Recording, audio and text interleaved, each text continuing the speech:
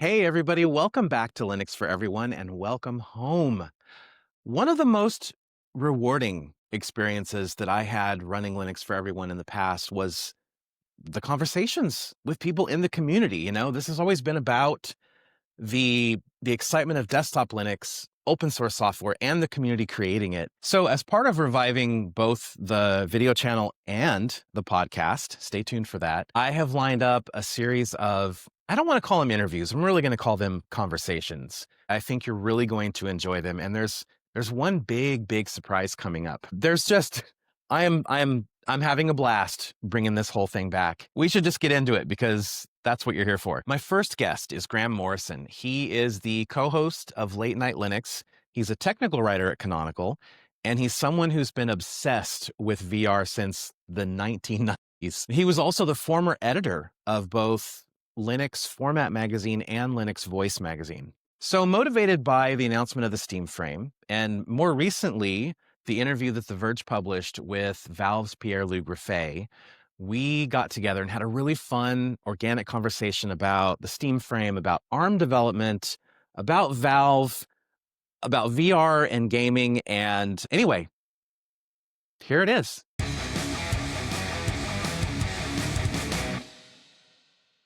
Graham, welcome to Linux for Everyone for the first time. Thanks for being here. Thank you, Jason. I gotta remember to look at the camera. Thanks for having me, Jason. I'm not.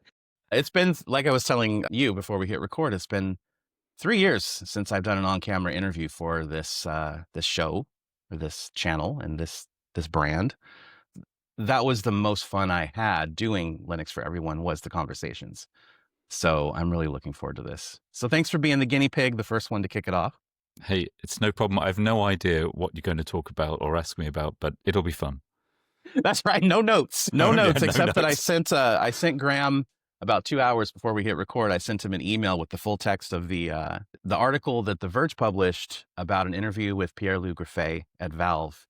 And it is wild. Some of the questions I was going to ask you have been answered definitively, I think. You looped me into this because I really care about VR.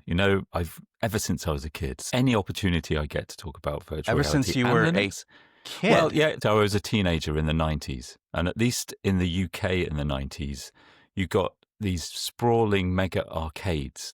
And in those mega arcades in the mid-90s, you got these units called Virtuality, which actually were powered by an Amiga 2000 and then two cheap PCs that created these great big VR headsets you could put on your head. So this is 1992, 1993. Super, 5 frames a second, just simple polygons. Sometimes they'd put them side by side and you'd put on this headset.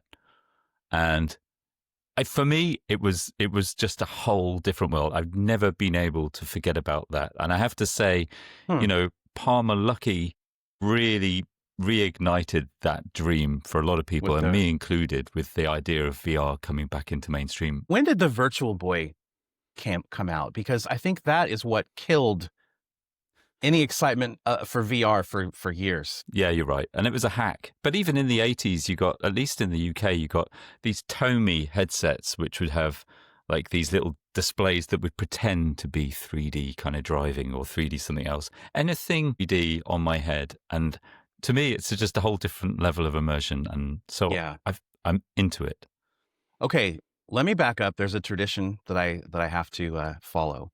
And because since you've never been on the show before, I would love to know, and I'm sure our listeners would love to know, what was your Linux and open source origin story?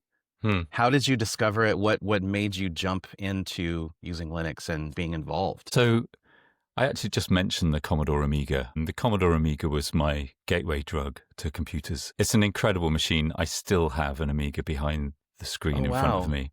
Oh, wow. It's still connected and plugged in. And seeing an Amiga, touching a mouse for the first time, seeing 4096 colors, that's what got me into computers. And I studied computers at university. And honestly, I was bored by the prospects of working in the computing environment that I found in the mid-90s. I tried a few things with a friend, did some 3D graphics, ended up doing websites, which, I've never had very much business sense, but I was bored by doing websites in the late 90s. And then I discovered on the cover of a magazine, Mandrake Linux. So I tried to install Red Hat 5.2 on my Amiga, but Mandrake in the late 90s was the thing that really did it for me. And I got so into it, I developed a piece of what became very popular open source software called K-Album in the late 90s. K-Album.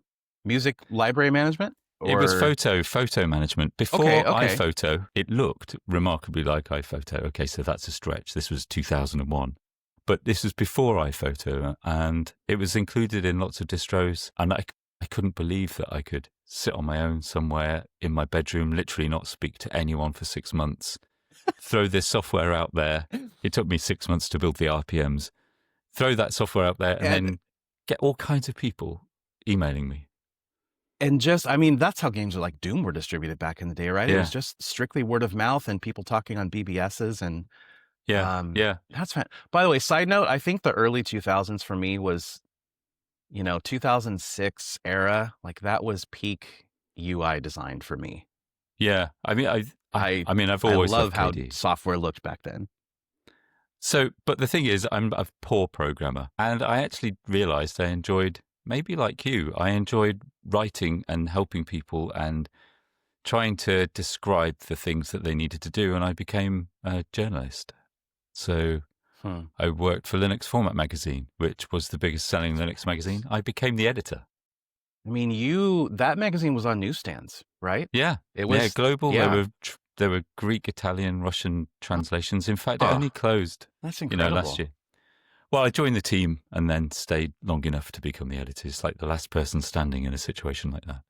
We have that slightly in common. Not even my story is not even close to the extent of yours, the scope of yours. But I ran a indie music magazine called Kill Your FM. That's how I got my tagline everywhere, my username everywhere. It was, Kill Your FM, obviously meaning ditch radio, embrace podcasting and indie music and all that stuff.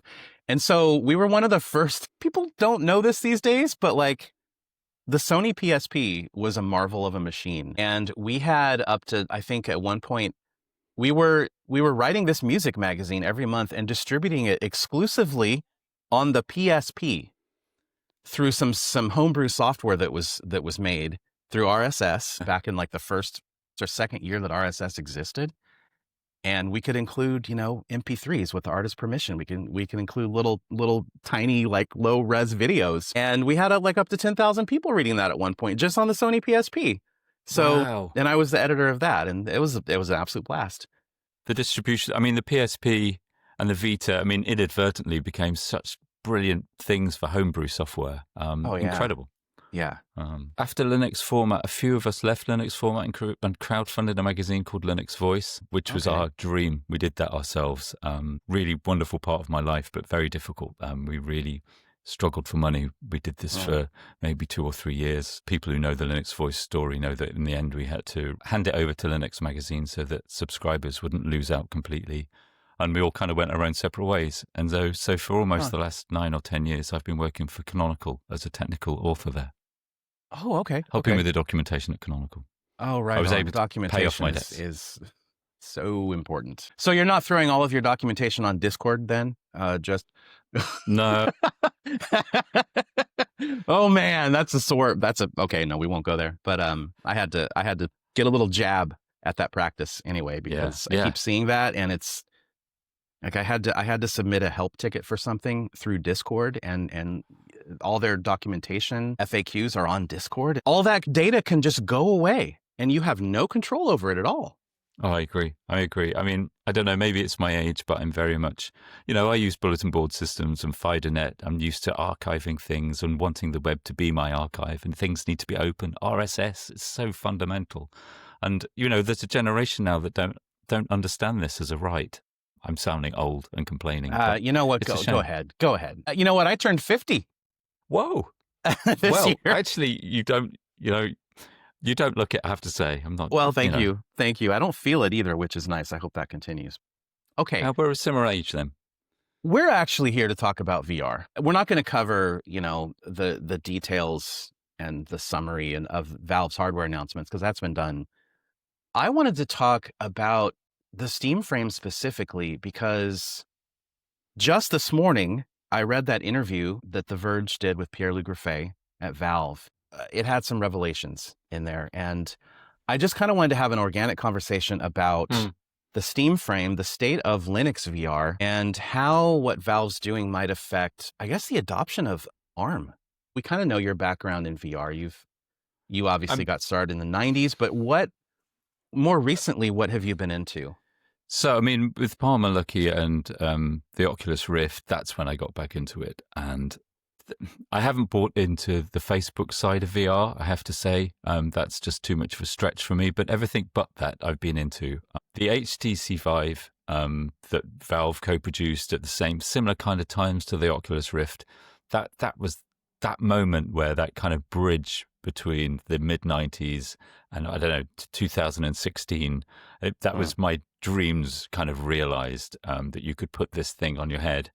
And even then, Valve was considering Linux. Steam VR eventually came to Linux, and that's itself been a long story. And that's what's so, I think, amazing about the Steam Frame is that it seems Valve are all in on Linux. When I first heard about it, I first assumed they'd got their own version of, a lineage-based Android or something, and they were going to run their own Steam APKs on top of that. But no, it's not. It's Steam OS. They just casually it wasn't even mentioned in the big nicely produced trailer that they did. They just glossed over the fact that, hey, by the way, we put a ton of resources into porting Steam OS to ARM, which has its own huge implications. But that was my gateway to VR, was the HTC Vive. I was at Forbes at the time. I was at Forbes in and out for many years, and I reviewed it, and it was magic. It felt like magic to me. The problem with it was that eventually I moved, and I didn't have the space really to keep following. Yeah, because you needed the tracking units. In fact, there's one behind my head. You needed the two, right? There was, probably a good 8x8, 6x6 space. And I never had that, and didn't have a room to devote to VR, essentially. And so I kind of fell away. And so now I feel like I'm sort of an audience surrogate. I feel like a lot of people right now might be also kind of seeing their curiosity for VR reignited, or maybe for the first time they're interested because of the Steam machine and the Steam Frame. I guess let's talk about where does Linux sit in the VR ecosystem right now? It's been a pretty flaky experience up to now. I mean, Valve has officially supported it for some time. For quite a long time, you needed almost specific NVIDIA devices, specific versions of NVIDIA drivers. That's surprising. Wow. For quite a few years, and the experience was suboptimal, and this is pre-Proton being a real thing. Right. You had to run native Linux binaries, and there were very few. Performance really took a hit on Linux with Steam VR. We've got all this problem with X11 and Wayland. And, the kind of pipelines through to a VR system running as basically this dual screen off an HDMI link made it very difficult. Windows was the default choice if you wanted to really experience VR. And that's what I think has really changed. You could see, I think it was what Valve intends to do. You could see that it was investing time and money into Steam VR and supporting all the various technologies that go into making that work. But there was no end goal.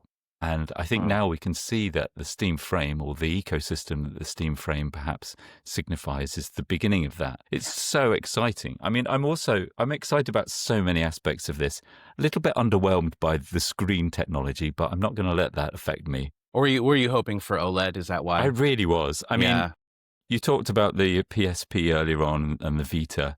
I have to say, especially and this is something that the HTC Vive had that the Valve Index didn't have, was OLED displays. And so the Vive was OLED, and there's some downsides to it, but I think for me anyway, the black levels, the black being off, really helps for immersion in VR. Sure. But there are so many other things to be positive about, and going back to SteamOS running on ARM, running on Linux, and Steam VR natively running on Linux, there's the potential for a VR environment running off the ARM part of the Steam VR headset while allowing you to pass through the AAA VR experience from your PC.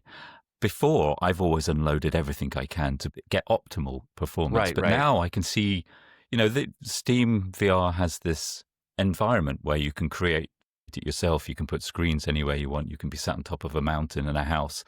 All of that has to be kind of side-loaded alongside the games you may be playing or whatever experience loading. Now, for me, it's pretty exciting that maybe you could just have that environment living on your ARM headset device with absolutely no degradation in quality. This is your virtual environment where you can load games into it. And, 2D games are a really big part of it. All kind of locks into this. I mean, obviously, KDE desktop in VR, that's exciting to think about, right? I just want to have the wobbly windows where I can just kind of. What about or the cube? The cube is what I meant, not wobbly windows. The 3D cube, just wow. But okay, so what I don't hear a lot of people talking about, and I haven't consumed all of the media that's out there, but it's not just a VR device. It's a computer, and Valve was very forward about. They were very explicit about that. It's a computer, but it's a computer that can theoretically play the vast majority of Windows games that are running on Linux right now. All of those, the VR Windows titles, everything on Linux and everything on Android, 3D and 2D on the Steam frame. All of that happening because of an emulation layer called FEX. It was revealed today that Valve started hiring for FEX, not hiring necessarily, but started recruiting and funding developers to work on this, x86 Windows to ARM solution called FEX in 2016. So for almost 10 years, they've been quietly funding this, and they've had a very long-term vision for this thing. By the time the Steam frame comes out, this has been in the oven for 10 years. Valve seem this is my personal opinion, they seem very good at hedging their future. And so starting or contributing to something like FEX 10 years ago is just another kind of bet on we'll need something to translate to ARM at some point. And he also said later in the interview that one of their biggest hopes for developers is that they can spend more time on their games and on their next games than porting games to Linux. And that was actually one of the questions I was going to ask you is, do you think with the advent of Proton and FEX that people making native Linux games is even necessary? And I think that with this, it's not a reality anymore. Oh, no. I think you mentioned Windows titles and everything running on the ARM-based Steam frame. I think probably the results are going to be very modest. But, I mean, for the average Steam library, that's going to mean a lot. I mean, I have hundreds of games, many of which are probably older than 10 or 15 years. That article you talk about, I think, mentioned Hollow Knight. I can see... So, yeah. Mm-hmm. Hollow Knight Silksong, he's playing it on his new Samsung Galaxy phone using the open source technologies that Valve is helping fund and develop. And there is no Android version of that. So... It's amazing. It's incredible. I mean, but I think it'll be in terms of the Windows titles we'll be able to play natively on the Steam frame. I think it'll be pretty modest, but still wonderful. A still wonderful library. Probably, games that are 8 or 9 years old. In terms of VR, I'm really not sure what it means. There are loads of games. I mean, in theory, Beat Saber or some table tennis games, but I'm not trying not to set my expectations too high. I think that I'm most excited about being able to play my 2D games on there. And I'm also, so the other aspect of this is the streaming technology, right? I guess if you're not using the frame as a standalone PC and you're streaming content from, say, the Steam machine or a beefy, gaming PC that you have, then there's really no performance barriers at all, right? Yeah.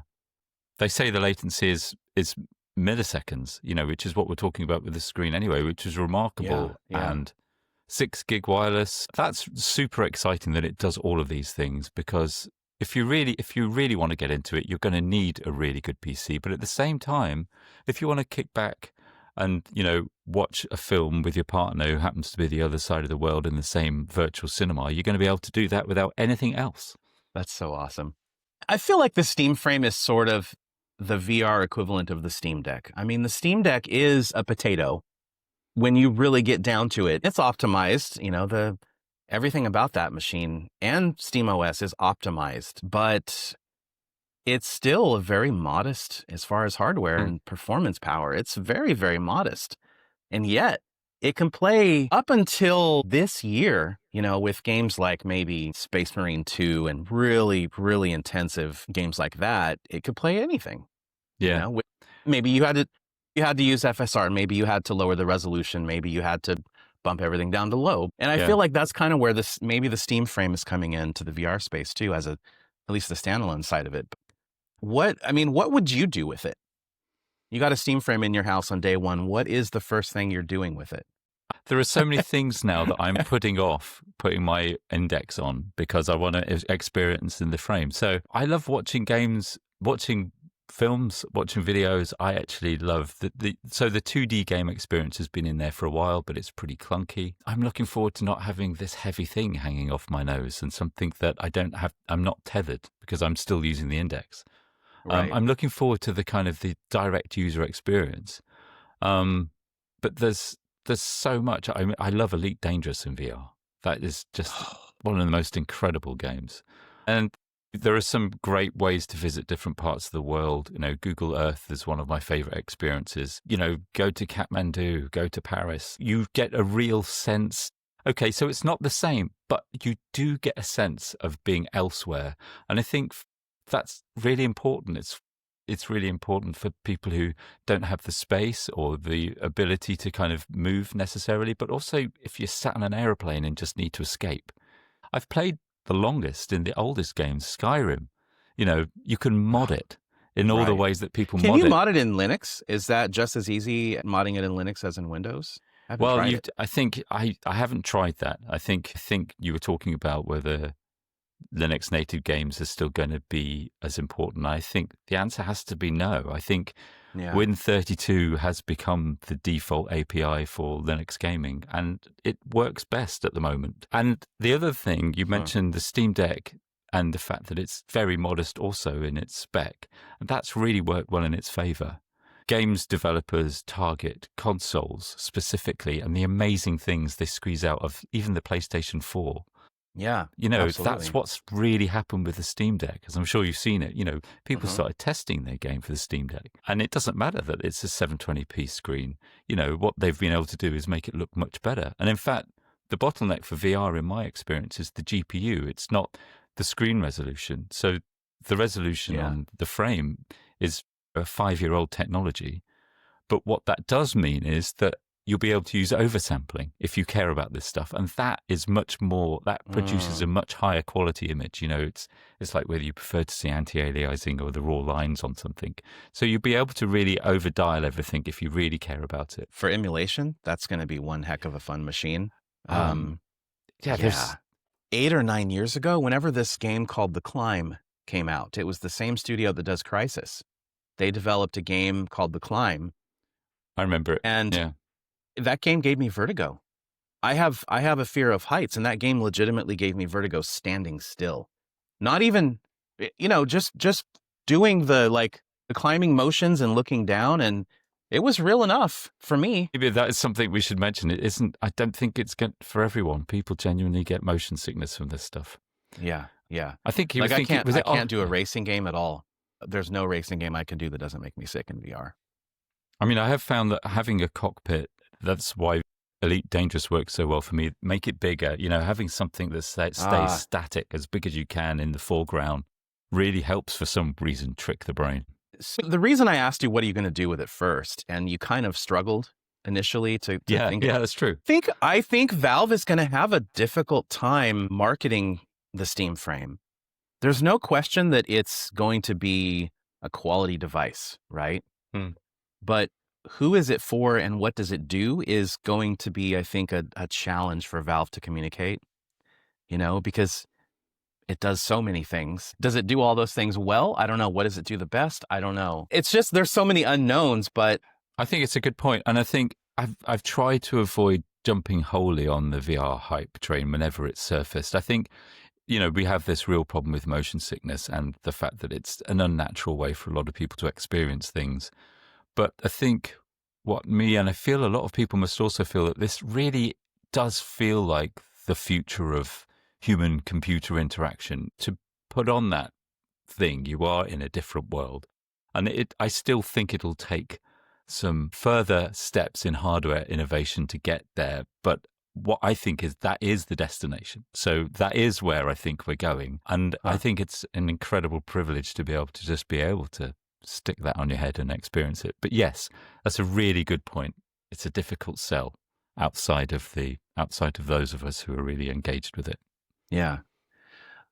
What's interesting, well, this is all fascinating, but The Verge is calling the Steam Frame a Trojan horse. If you wrote off the Steam Frame as yet another VR headset few will want to wear, I guarantee you're not alone.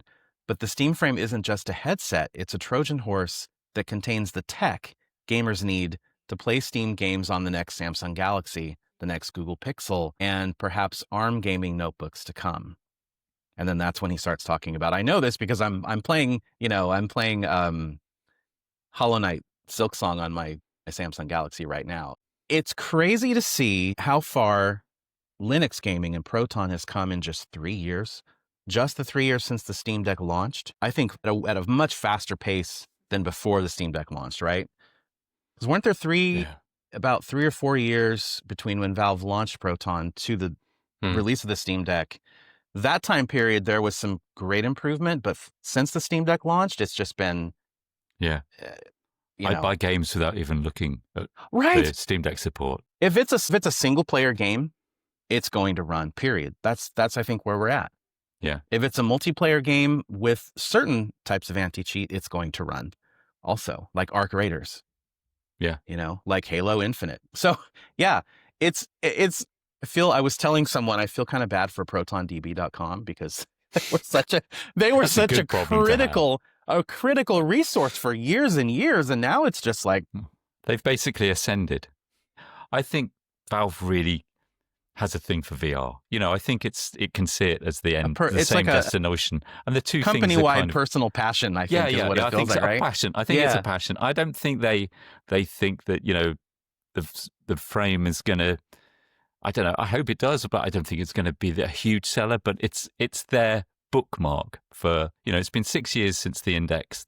It's their bookmark in time for how things are going, and the fact that they can combine that with the parts of the organization, a very small organization that are helping get ARM compatibility for games, is a bit of a synergy that they used for this.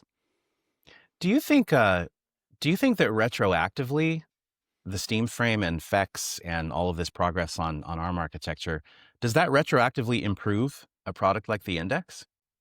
Well, I think actually it makes it more accessible because, for the Index, you needed a $1,000 GPU at the least. If that's going to make, if ARM gaming brings the price down for running those kind of titles that you may otherwise have needed a decent GPU, then yeah, absolutely. Or it means you can do it on your laptop. Because you sort of had to have, you had to have an overpowered system to compensate for all of the overhead, right? The performance overhead that you were losing to the translation layer. I think that's right. Yeah, I think they're always very woolly and ambiguous. It's very much like Proton. The way that I seem to understand it is that they identify certain patterns in FIX instructions that they know they've got an efficient routine for in ARM. And so they signal that as something they recognize as having an efficient ARM routine. And then the last step will just run the ARM code for that. So it becomes like a meta set of instructions. When everything is translated into this meta state, then the performance is going to be excellent. If there are still missing gaps, then you're going to hit kind of bottlenecks at certain parts. So I have another quote about this, actually. Let me try to dig it up here. So this is from an engineer. I don't know which engineer, but an engineer at Valve who was speaking to Digital Foundry. And he said the translation layer, and we're talking about FEX, The translation layer implements the x86 instructions atop ARM and does it actually at a very modest performance cost. I think we've been quoting numbers of 10 to 20% nominal, but that's not 10 to 20% of the game's performance. So you can't just multiply the FPS numbers, for example. It would be 10 to 20% of the CPU code that is running inside of the game process, because we try, as you were saying, we try to run native code as much as we can. So all of the APIs that a game in a PC space would traditionally rely upon, those are all implemented natively. You've said like a compatibility layer. I think that's identifying certain patterns and then knowing how those patterns can get exact equivalent output on ARM is that kind of translation. So ARM's super efficient in lots of ways that x86 isn't. So there are, right. We see this with Rosetta. Can you talk a little bit about that? Because I don't have much experience with ARM aside from using a MacBook, really. Well, you see, I mean, if you've used Rosetta 2 specifically, Apple's doing almost exactly the same thing. And it basically is the physical architecture of ARM CPUs versus x86 CPUs. It's the way that the actual processing units are organized, the way that the different parts are parallelized, and the way that there are different instructions for doing different things that make them very optimized, especially for power efficiency, which is why they become... But that now we're seeing a kind of, I think, a carryover where they've become so powerful at certain aspects that you can translate what legacy, it's kind of, I don't know, it's not really brute force, but the established way of doing something into what have become like the cutting edge CPU architecture. How did Valve do this faster and I would say better than Microsoft? How did that happen?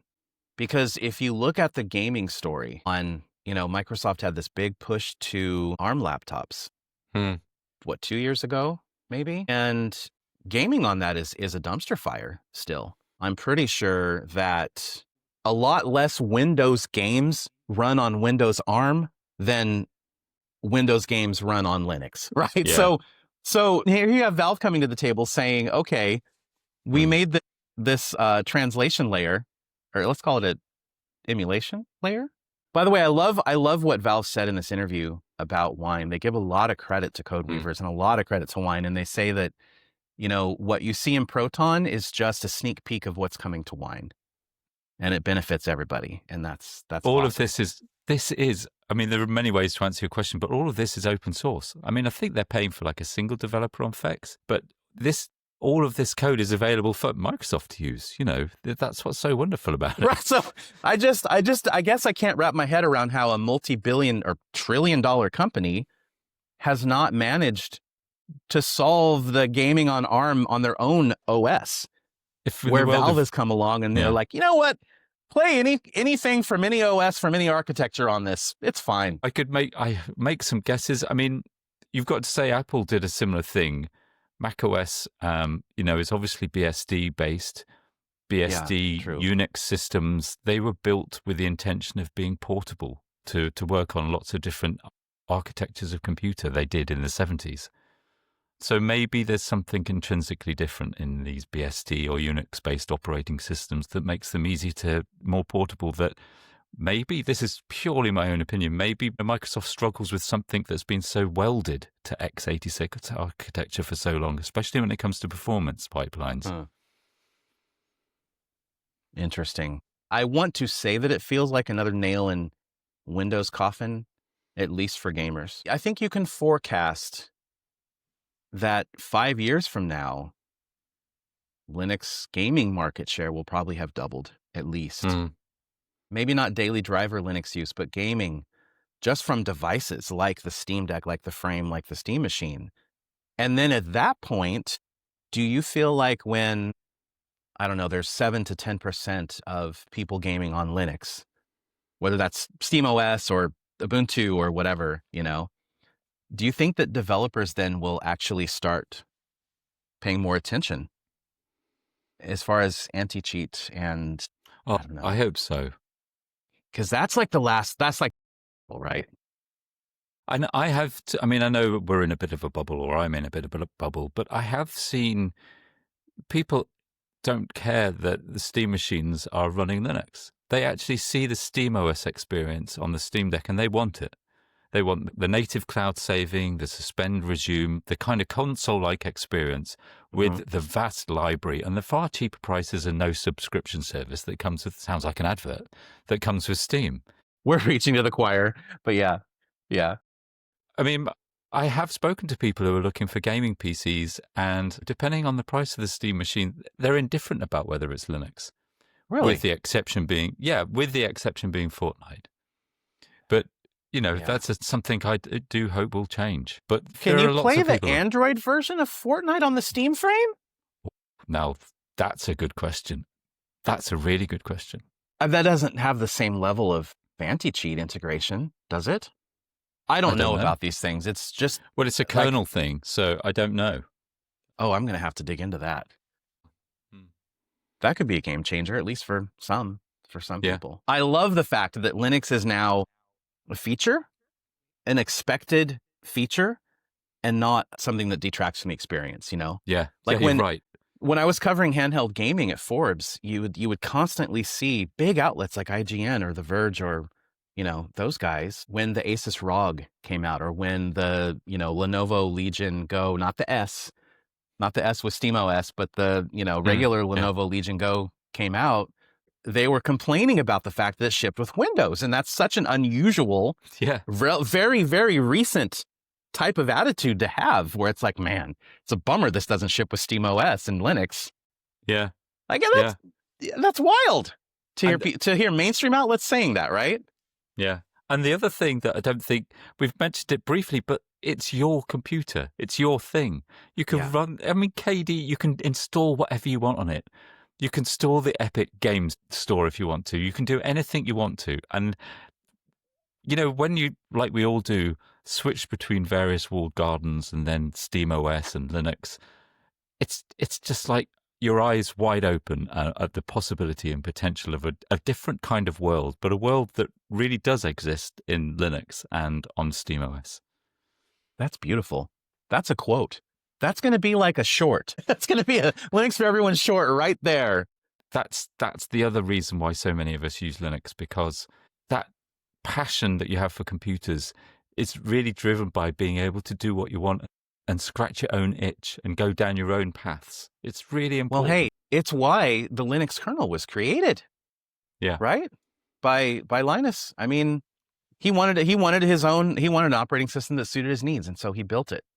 Yeah. And that's what we see. That's like the spirit of open source software ever since then. Right? Yeah. For better or for worse. I mean, there's fragmentation and there's different package managers and different window compositors and all this stuff, but it's also the beauty of it is having all that choice. But now the journalist inside of me has to wonder, is there any danger to having Valve becoming such a giant in the Linux gaming space? It's just an open-ended question. There's a lot of theoretical scenarios that could unfold in the next 5 to 10 years with Valve having such a foothold right now. The first thing I thought of is when you said being the journalist and then asking a question in the headline is Bettridge's law of headlines. And so the answer is always no. Yes, that's exactly right. I'll pose that to the audience too. I know that there are people, they say things like, well, Valve's getting kids addicted to gambling, or, Valve just has too much control over the gaming ecosystem. My personal kind of private philosophy is really not to read the comments. I try to judge organizations and people by their actions and not by what other people say. And it's very easy for people to criticize. I'm just as guilty of criticizing people and criticizing processes and things. So I fail at this as well, but it's easy to criticize and not offer an alternative. And I don't think there's an alternative that's close. And if any of those people can think of an alternative, this is the space where you can do it. You can't do it on a PlayStation. It's True. much harder to do it on an Xbox, and will becoming much harder to do it on Xbox. It's getting harder to do it on Android. It's getting harder to do it on Apple. All of these things require development accounts. They're trying to, so this is the place to do it. And I'd like to see people try. Yeah, I think that's a healthy outlook. I mean, if you're not comfortable with the level of, control or whatever you want to call it that Valve has in the Linux gaming space, just fork it all and start your own thing. Yeah. I mean, we've seen relatively new Linux projects like Bazite.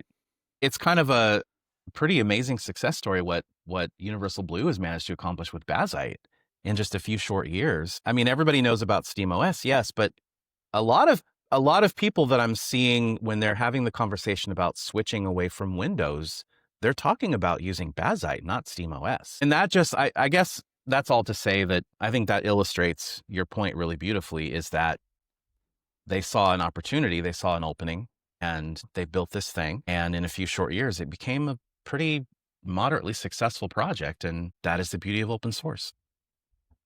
Build what you want to use. And if it's good, then I feel like it'll find some level of success through word of mouth or, whatever. I mean, I think there is, there's always risk, and there's risk that, Valve is very dominant at the moment. The leadership at least seems to be doing it in a way that's mostly, we all agree, is a good approach. Then they're not locking anybody particularly in. There's no subscription, but things will change, I'm sure. Yeah, and then I guess we'll have to deal with that as and when it happens. I really shouldn't say Valve. I really should say Steam. Steam specifically being such a monopoly in the PC gaming space. Epic Games is a footnote. All the other, things that everyone else has tried, like EA's tried Origin, and Ubisoft has tried Uplay or whatever it's called, and they're just footnotes.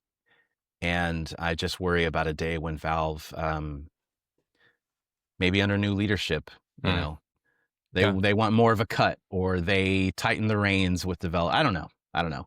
But like you said, let's judge them on their actions instead of and what not worry about unfounded the future. fears are. And their actions are basically like, you guys are saviors right now. They have had this vision since 2012 with the original Steam machines in 2012. I mean, yes, they were a failure, but Valve has seen this highway into the future for, I don't know, I'm just babbling now. Who knows whether they really expected Steam machines or SteamOS at the time to succeed, but they needed to have the expertise in developing their own, well, it was initially Ubuntu, then Debian-based OS, what worked and what didn't work, developing the hardware, working with partners. You know this, you have to try something to be able to get that real-world experience of solving the problems, and then you move on to try again, and you keep trying. So you have to start somewhere. Yeah, exactly. Do you know why Valve at one point switched from an Ubuntu base or a Debian base to Arch? I don't know. I could guess. I mean, I don't want to say it as an Arch user, but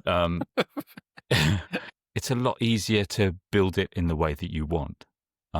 You can see that it's a lot easier to build it up from scratch and rebuild it again. It's a lot easier to make it without it being a declarative Linux OS. It's a lot easier to get some of the benefits of both if that's how you want to do it. And of course, it's super cutting edge in lots of ways if you need that as well. Yeah. Because I'm sure it wasn't about just having access to a newer kernel, right? Because they could have just used the Debian base and threw a new kernel in there. So it's more about probably the immutable aspect of it all. Maybe they could make it immutable without breaking so much from upstream Arch, whereas they'd be breaking some kind of Debian philosophy maybe in trying to do this with Debian. But this means that they still keep within the main line of Arch progress, really, without breaking anybody's philosophy, maybe. Right. So you've not used VR for some time. What's the first thing? Why are you so interested in the frame? I'm interested in the frame because I haven't been satisfied with the MetaQuest. The last time I used a MetaQuest 2, I still have it in the drawer. I maybe used it for 2 or 3 hours. I just I wasn't satisfied with the library, with the experience, with the mandatory meta account linking, all that stuff. And I started out being interested in the frame just because of its potential impact on Linux gaming. And then I started thinking about all of the potential that it has beyond just VR. Okay, so this is a weird realization that I had. It's the frame sort of reminds me of the Wii U, the Nintendo Wii U. At least there's like a marketing opportunity for that, right? Where I think one of Nintendo's commercials, was talking about how, well, if your parents or your roommates are using the big TV in the living room, you can just, transfer it to your gamepad and play on there. And I feel like something like the frame provides that same kind of experience where you can just kind of bring the gaming from the big screen in your living room to your face. I don't know. I'm not articulating that very well, but you might not have a big screen or the room to have a big screen, or you may live in a house. You just want to sit down on a sofa somewhere and escape and play. Yeah. I guess if I had to distill that answer into one sentence, it would be, I started realizing that it's a Linux PC and not just a VR headset. It's a Linux PC that I can do so much with, Yeah. It's like a discovery device. I love discovering new stuff and playing with new things. And I think that there's the opportunity for that on the Steam frame is just going to be off the charts. Just so much you can do with it. It wouldn't surprise me. And when you look at how modular the Steam frame is, the fact that you can remove that whole front part that contains the processor and the screens and the lenses, that looks very like you could snap on an OLED equivalent or a much more powerful ARM equivalent. A modular upgrade, right? Yeah. Man. So I wouldn't be surprised if there's a much more expensive micro OLED version. Huh. Okay, last question. When are we getting a Steam phone? Do you think we'll ever get a good Linux-based phone? I haven't been following that space for 4 or 5 years. I think we're quite far away from that happening. Android is becoming under Google's control a bit more locked down, a bit harder to keep open. The AOSP is getting more and more delayed. We still have the same problem with the firmwares on the modems of phones that we can't get to that part. There are people that are trying. There are people who have made a brave effort, but nothing that is going to, I think, help them get past this kind of small group of people who really care about this stuff. I think the best, when people don't accept it, but I think Lineage is probably our best chance of something like this. But I think it's a pretty desperate situation. Maybe all of this stuff that Valve is doing will trickle down to that space too. Who knows? It's all about that. If on mobile phones for me though, well, not just for me. I don't like really using my phone, but when it comes down to it, are the apps there that I need to use? And I've become reliant on my banking app working, and I have to say contactless payment. So it's hard enough in my world without Facebook and without WhatsApp and without Instagram because of the decisions I've made. I can't, I've made a few choices, but I can't take it any further unless I'm prepared to live in a hut up a mountain, which can only isn't do a bad so idea. much. It's not a bad idea.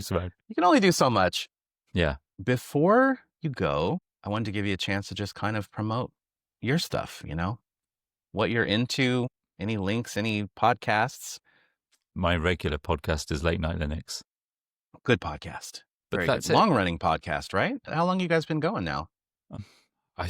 Joe must have been, I think I've been doing it for about 9 years, but it existed before then, so maybe 10 or 11 years. What is latenightsynth.com? I went to that URL and it was just it was nothing. It was dead or it was something. I don't know.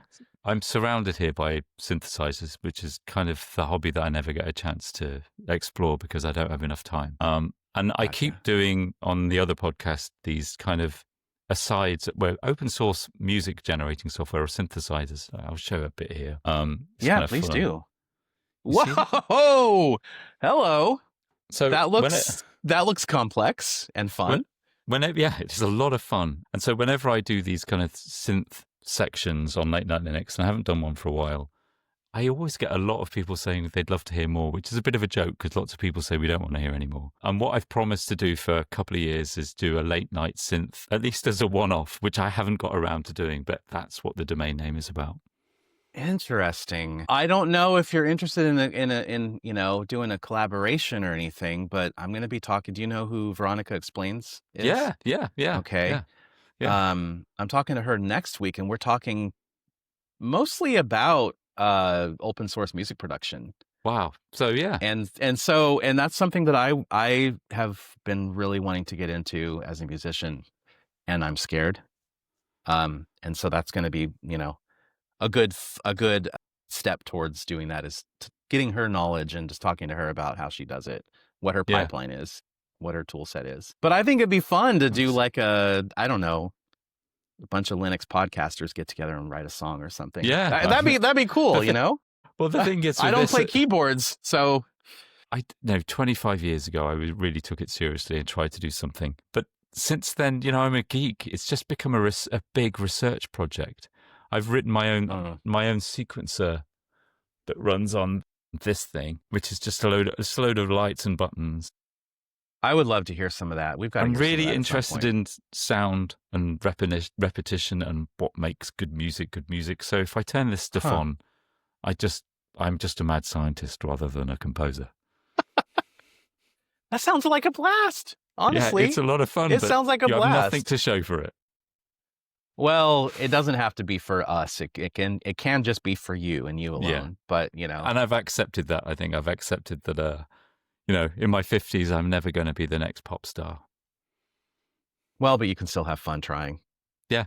And also, maybe I should release this weirdly self-indulgent, repetitive electronic music. Well, thank you so much for being here and talking to us about all this stuff. I could talk about Linux gaming in general for days on end. Okay, last question, and then we'll say goodbye. What are you rocking as your daily driver distro? So I work for Canonical, so I do spend a lot of time with Ubuntu. But for a long time, Arch has been my daily driver for over just a decade. Vanilla Arch, pure Arch. Well, basically. I wrote a KDE application. I've been a KDE user. Which one? So the K album application I talked about at the very beginning. Okay. It was KDE. So it doesn't exist since 2003. Oh, I was about to look it up.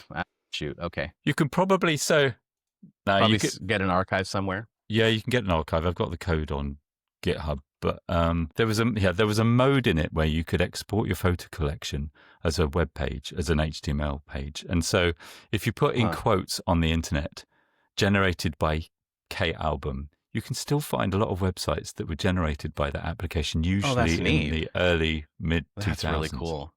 You're kind of a trailblazer, man.